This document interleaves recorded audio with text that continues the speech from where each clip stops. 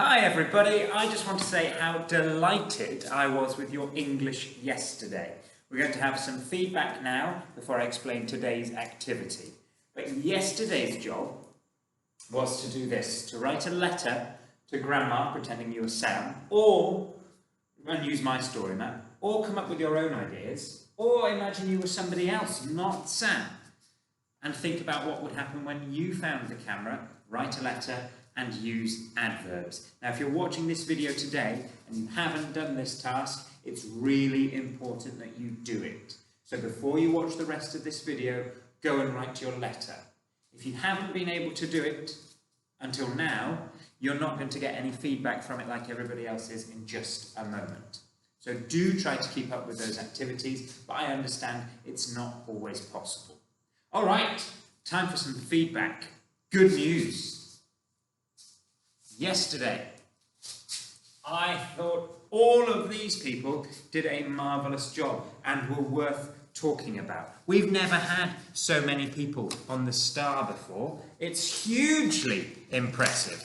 Let's start with Liam. Liam, you used your own ideas. You challenged yourself yesterday, and I really enjoyed reading your letter with different things in it to my example. The same thing with Tuan. You used really different ideas, but you still managed to use those adverbs. So I really enjoyed reading your letter to Grandma. Salima, you used your ideas as well. And Salima, I really liked the idea that you were walking through the sugarcane when you found the camera. I thought that was a really, really good idea. And you could use that in a couple of weeks when we write our own version of the story.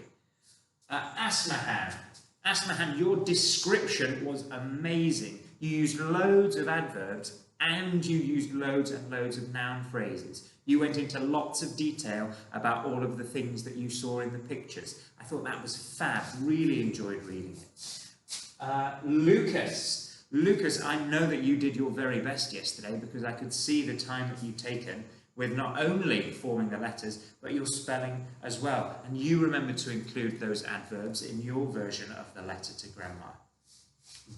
Who's next? Bea.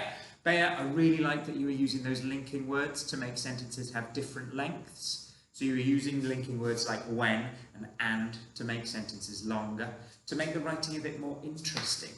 Well done for using those conjunctions. Zeri, you used lots of features of the writing that we've looked at all year. That shows that you were being a thoughtful thinker because you had contractions in there, like I'll, and you had conjunctions in there, like when. And you did use some adverbs as well, which is what we were looking for. Well done, Zeri. And Kipling, you used loads of adverbs. I think you used one adverb in every sentence. And some of your word choices were really interesting as well. I really liked violently as an adverb. The wave violently crashed into me. I thought that was an excellent word choice and really helped to make that writing more interesting. Well done, everybody. Brilliant job. Super impressed. The thing I want you to do now is to make sure you have your English book, have your writing from yesterday, and take a look at these spellings. Change them now so that they match mine here. Let me read through this list first. Carefully. Really important that we spell carefully correctly. Closely. Then a year 2 tricky word, every. When we say it, every, we don't hear this eh. Make sure you're including it. Every. Happen. Nobody had a problem with happen, but some people found happened tricky. You start off with happen, H-A-P-P-E-N. To change it to happened, you need to add E-D. Not just D. You need to write E-D for the past tense. Two very similar ones that I've put together here. Tipped and tripped. Lots of people missing out the double, the special friends P. Because of that short I sound, we need a double P. Tipped and tripped. If that was you, change it now. Threw, he gently threw, or I gently threw the camera back into the ocean. Threw. Check your th and check your oo sound. And then the last one is a split A, wave. Wave with a split A. Pause the video, check your spellings, come back when you've finished. Hopefully you've just checked all of these spellings. Now let's look at some mistakes that people made that they can change now, and you might have made the same mistakes. So we'll have a look together. Let's have a look behind the blue box. First, I picked them gently. When you say that, it doesn't look like there's anything wrong with it. I picked them gently. But that's because of the way that we speak. And the way that we speak isn't always right. Because this word here, them, is not an English word. The word that we're trying to say there is them. Them. So dem needs the TH and then the EM. If that was you, or you think that was you, have a look at your writing from yesterday and change it. Okay, that's the blue box done. I'm covering up this one. You can see the correction's still there. Onto the green box. Now, the person under the green box did lots and lots of really, really successful writing yesterday, but they made one mistake that we often see when we're writing letters or diary entries thinking about a story. Let's have a look. It starts off like this. I quickly rushed to get the pictures developed. I saw a clockwork fish swimming calmly. Brilliant start. We've got adverbs in there, we've got clockwork fish as the noun phrase in there. Really lovely start. I quickly rushed to get the pictures developed. I saw a clockwork fish swimming calmly. Sam looked closely at the pictures. Sam knew what he had to do. Can you spot what this person has done? They've switched from the first part, when they were writing a letter about their experience. I quickly rushed to get the pictures developed. I saw a clockwork fish, writing a letter or a diary. I'm writing I did these things. And then they switch to writing a story. Suddenly we're talking about Sam. Sam looked closely at the pictures. Sam knew what he had to do. We should still be writing about I. So this person needs to make a couple of changes to the end of their diary entry or their letter. And you might have made this mistake too. We are talking about ourselves when we write letters. I looked closely at the pictures. I knew what, not he, I had to do. Apart from that, this was really successful writing. So one small change, we're writing about I when we write letters. When we write stories, we can write about Sam. Green box is back. Last one for today, the purple box. We looked at this before the holiday.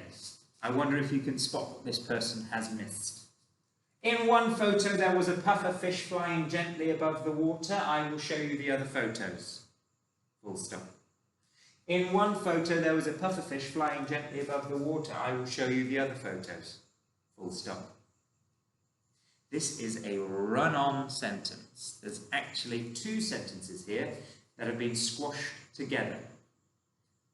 Can you spot where the full stop should go to split this into two sentences?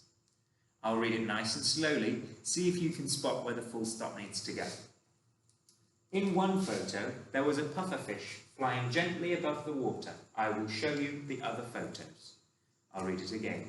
In one photo, there was a pufferfish flying gently above the water. I will show you the other photos. Now you might think it goes after pufferfish. In one photo, there was a pufferfish.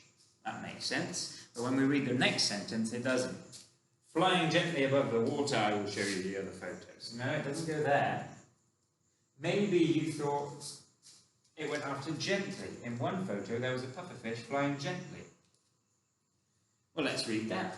In one photo, there was a pufferfish flying gently. Full stop. Above the water, I will show you the other photos. No, it doesn't really make sense either. Where does this full stop go? In one photo, there was a puffer fish flying gently above the water. Full stop. I will show you the other photos. Read your writing today, because lots of people use run-on sentences. Check that you've put all of the full stops that you need in there. Once you've done that, come back and we'll look at today's activity, which I'm really, really looking forward to. Yesterday, you did lots and lots of writing, so I'm not going to ask you to do lots and lots of writing today. It's time to get creative, to use your imagination. Thinking about the girl at the beach at the end of the story Flotsam. She picks up the camera. She's going to go and get the photos developed. I want you to think about what she might see in the photos. Not the pictures of the people, which we know are going to be in there, but the pictures of what the camera saw on its journey.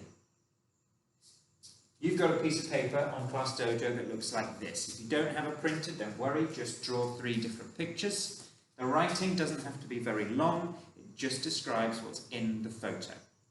I'll do one example so we can see. 3 is the minimum. You must do 3. If you want to print this off a couple of times and do 6, that will give you more to talk about in your version of the story in a couple of weeks. It's a really good way of gathering our ideas.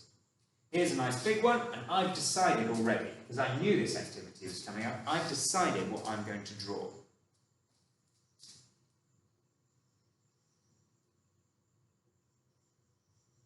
Taking my time because I really want my pictures to be as good as my writing.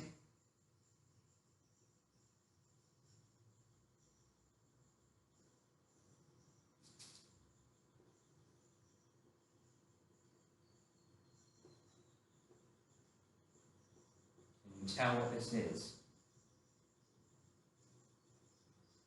Something that you might see underwater, but it's very unusual.